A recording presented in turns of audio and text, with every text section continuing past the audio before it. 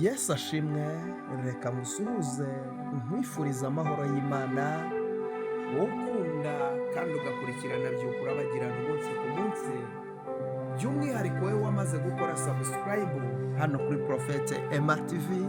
Imana iguha umugisha kandi Imana ikuzamure. Nawe ugiye gukora subscribe ukiyikanda, umugisha w'Imana ukubeho. Wowe ujya ufata by'ukuri abagirana ukayisharinga abandi, ukuri Imana iguha umugisha, yagura imbago zawe ikuzamure. Uko ufatanya nanjye kuvuga ubutumwa, Imana igukomereza amaboko, ayishyira kuri status zabo. Mwese ndabakunda cyane, Imana ijya ibaha umugisha kandi nimutagwisari muzasarura. None turi kuwa gatanu, itariki zo ni 10 kwezi ni ukwa karindwi, mwaka ni 2026. By'ukuri abagirane kuko mucyo wawuje. None turasoma ubutumwa bwiza uko bwanditswe na Luka, ibice byaho ni 5. Turasoma duhereye ku murongo waho uwa mbere. Yesu yarahagaze mu kibaya cy'inyanja ya Genesareti, nuko abantu benshi bamubyiganaho ngo bumve ijambo ry'Imana. Abona amato abiri atsitse ku nkombe y'inyanja, ariko abarobyi bari bayavuyemo bamesa inshundura zabo. Yikira mu bwato bumwe bwari ubwa Simoni, amusaba kubutsuraho hato ngo buve ku nkombe. Aricara yigisha abantu ari mu bwato. Arangije kuvuga abwira Simoni ati, igira imuhengeri ujugunye inshundura umurobe. Simoni aramusubiza ati, databuja, twakesheje ijoro dukora cyane, nyamara ntacyo twafashe, ariko kuko ubivuze reka nzijugunye. Babikoze bafata ifi nyinshi. Haleluya, haleluya, haleluya, haleluya cyane, ndetse inshundura zabo zenda gucika. Barembuza bagenzi babo bari mu bundi bwato ngo baze babatabare. Baraza buzuza amato yombi, bituma yenda kurengerwa. Simoni Petero ngo abibone atyo, yikubita imbere ya Yesu ati, va hano aho ndi databuja, kuko ndi umunyabyaha. Imana y'amahoro itugirire neza. Imana iguhereze umugisha, Imana ikomeze kukwagura. Dusomye amagambo akomeye kandi avuga ibintu bikomeye ku buzima bwawe. Yesu uyu nguyu ni umufasha utabura kuboneka mu byago no mu makuba. Ubundi uyu mugabo witwa Yesu ni umugabo utajya buri uko abigenza, ntabwo ajya buri uko abigenza. Abantu bababura uko bagenza, ariko Yesu ntabwo ajya buri uko agenza.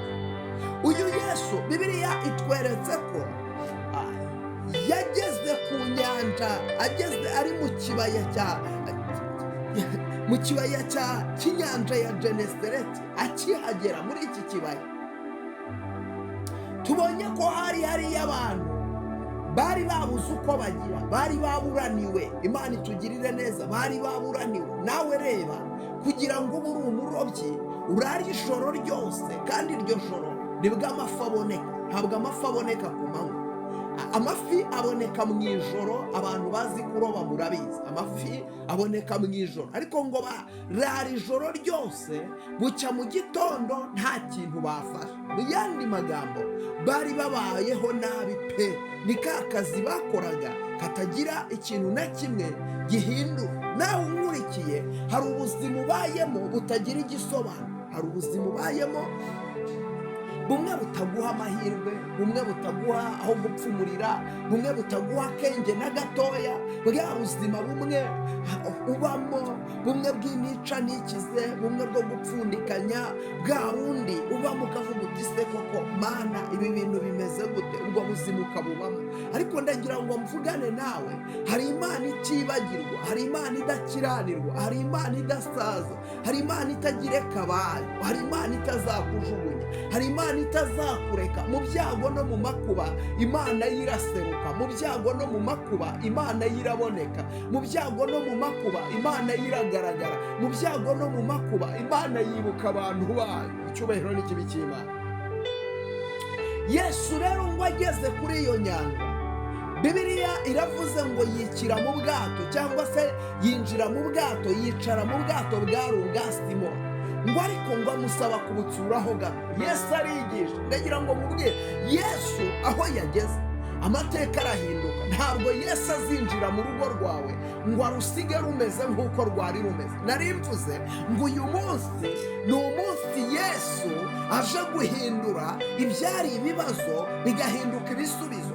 Yesu aje guhindura, hamwe hari amarira hahinduke umunezero. Haleluya. Hamwe hari agahinda hahinduke ibitwenge. Yesu aho yageze asiga asobanuye ibintu. Yesu aho yageze asiga aremye inzira ahatari inzira. Yesu aharema inzira ahatari uburyo. Yesu aharema uburyo. Haleluya. Ahatari uburyo Yesu aharema uburyo. Ahari umubabaro Yesu akahashyira umunezero. Ngo ariko ngo yigisha ijambo ry'Imana, ngo ariko ngo arabibona ko nta kintu bafashe, arabibona ko bamerewe nabi, arabibona ko mbega barashonje, barakennye. Imana itugire neza. Icyo nkundira Yesu, haleluya, ajya amara ubukene, Yesu ajya amara umubabaro, Yesu ajya amara intambara akazirangiza zigashira. Yesu ajya aca amateka. Haleluya.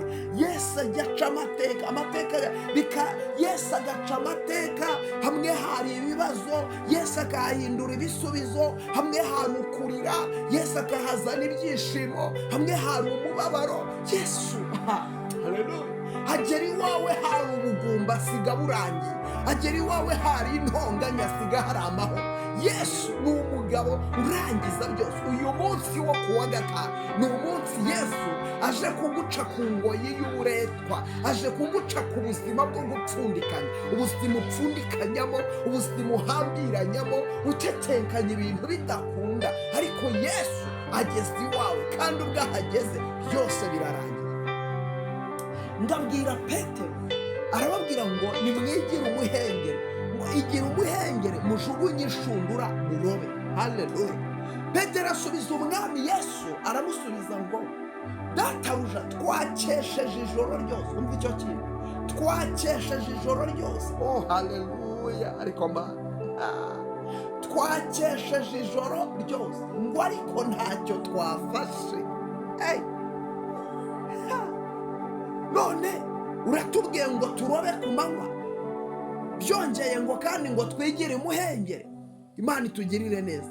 Rero ndagira ngo nkubwire iki kintu, Yesu twizeye ni umugabo ujya ukora nta bimenyetso ureba, nta kintu na kimwe kigaragaza ko yakora, nta nzira n'imwe ureba ubona yafunguka. Yesu ajya arakora nta bimenyetso. Yesu ajya atabara nta bimenyetso. Yesu ajya atabara. Yesu ajya arema ikintu gishya nta bimenyetso, nta nzira ureba, nta butabazi ureba. Ibintu byose ubona bifunze, ibintu byose ubona bihambiriye, ibintu byose ubona bikwasamiye, Yesu aho niho agaragarira. Rero kuba bari amafi aboneka nijoro, ariko kuko Yesu ahageze amafi bayafata mu gitondo. Oh haleluya. Ku manywa y'ihawe bajugunye inshundura zabo, ngo bajijugunye ngo bafata amafi menshi cyane batigeze bafata mu buzima bwabo.